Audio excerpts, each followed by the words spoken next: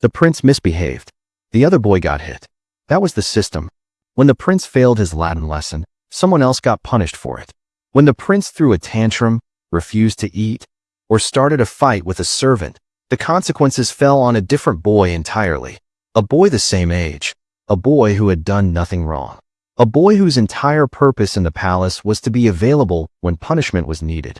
This was the whipping boy, a real, documented, official court position that existed across European royal courts for centuries.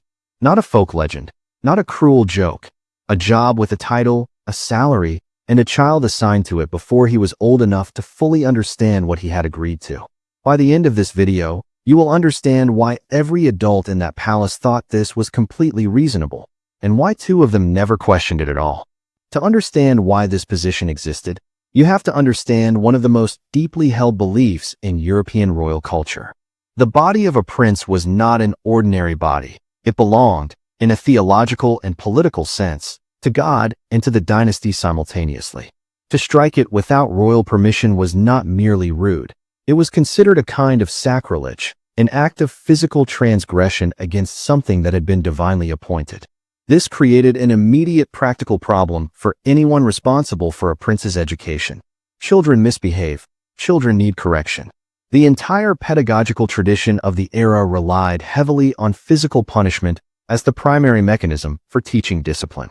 But a tutor, regardless of how educated or respected, was still a commoner. And a commoner striking a royal child was not something the court could simply permit. The solution, when it arrived, was elegant in the way that only truly callous solutions can be. Find another boy. Keep him close to the prince. Educate him alongside the prince, so that any punishment delivered to him would be witnessed by the prince directly. The logic rested on a psychological assumption that turned out to be largely accurate. Children form attachments. A prince raised alongside another boy, eating with him, studying with him, spending nearly every waking hour in his company, would inevitably come to care about him.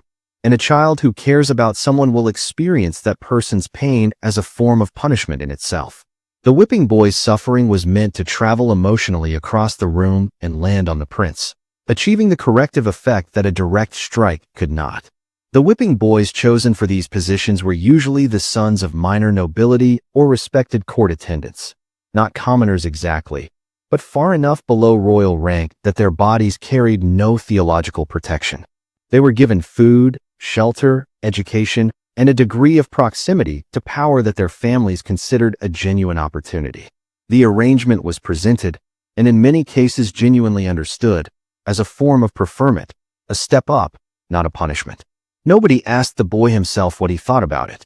He was selected, assigned, and integrated into the court with the same administrative efficiency applied to any other household appointment. The position came with no description of what would happen to him. The description was not necessary. Everyone already knew. Now here is what the day-to-day reality of this position actually looked like. The whipping boy did not spend his days waiting in a corner for something bad to happen.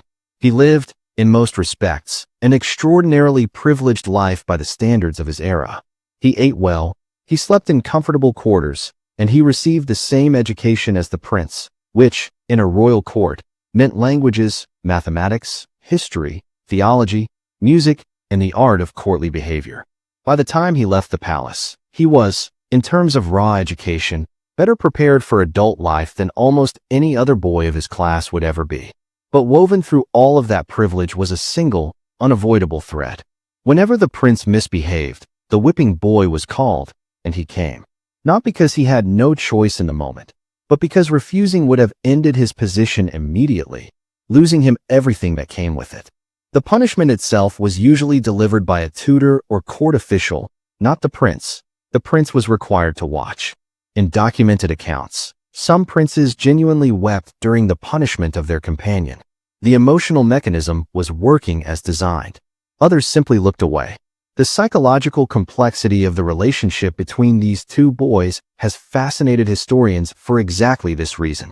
In some documented cases, the whipping boy and the prince became genuinely, deeply close. When the prince grew up and came to power, some whipping boys were rewarded handsomely, given positions, land, titles, a material acknowledgement of years of shared experience and service. In other cases, The prince became king, and the whipping boy returned to ordinary life, carrying the education, the scars, and whatever conclusions he had privately reached about what the whole arrangement had meant.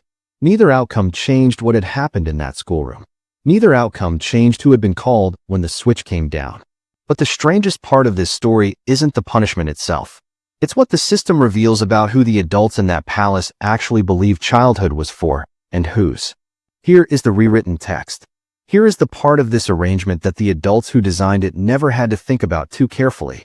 The system required both boys to internalize something that had no clean resolution.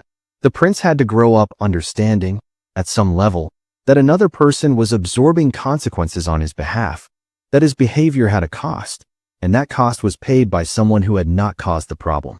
Some historians argue that this created exactly the moral lesson the tutors intended.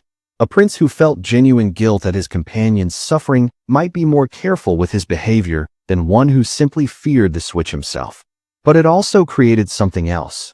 A prince who learned, very early, that his actions could be displaced onto someone else without the world ending, that consequences, for him, were always negotiable. For the whipping boy, the lesson was different, but equally total.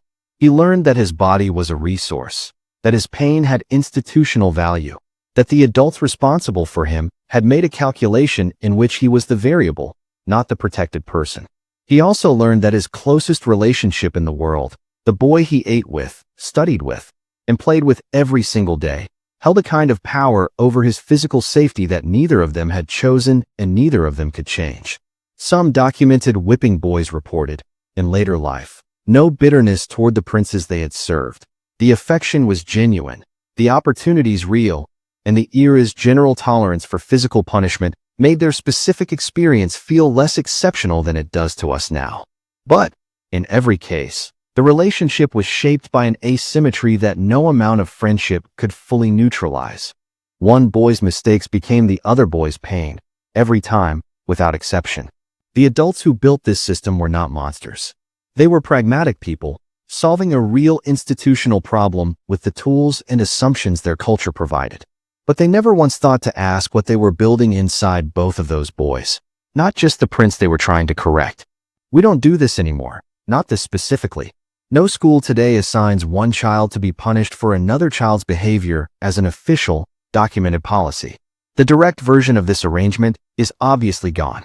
But the underlying logic behind it, that one person's well-being can be structured around absorbing the consequences of another person's choices, is not gone at all. It has just become invisible. We see it in systems where certain groups consistently bear the environmental, economic, or physical costs of decisions made by other groups who never experience those costs directly. We see it in institutions that protect some people from consequences partly by ensuring other people absorb them instead. We see it every time a structure is built that makes it administratively easy for some people's mistakes to land on other people's bodies, and difficult to notice that this is what is happening. The whipping boy is transparent to us because the arrangement was named, documented, and performed in a single room where everyone could see exactly what was occurring. Modern versions are harder to see, partly because they're larger, partly because they're distributed across systems rather than concentrated in one relationship, and partly because we are usually standing on the side of the room that doesn't get hit.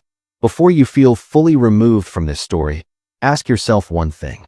Whose consequences do you actually absorb in your own life? And whose consequences are being absorbed by someone else, somewhere you're not watching? The whipping boy arrangement ended because the theology and the politics that justified it changed. The question it raises is still open. Here is what I actually want to know. If you had been the prince in that room, do you think watching someone take your punishment would have made you better behaved, or just better at not getting caught? Tell me honestly in the comments. This is just one system that hid its logic inside a relationship. There are more of them. You already know where to find them.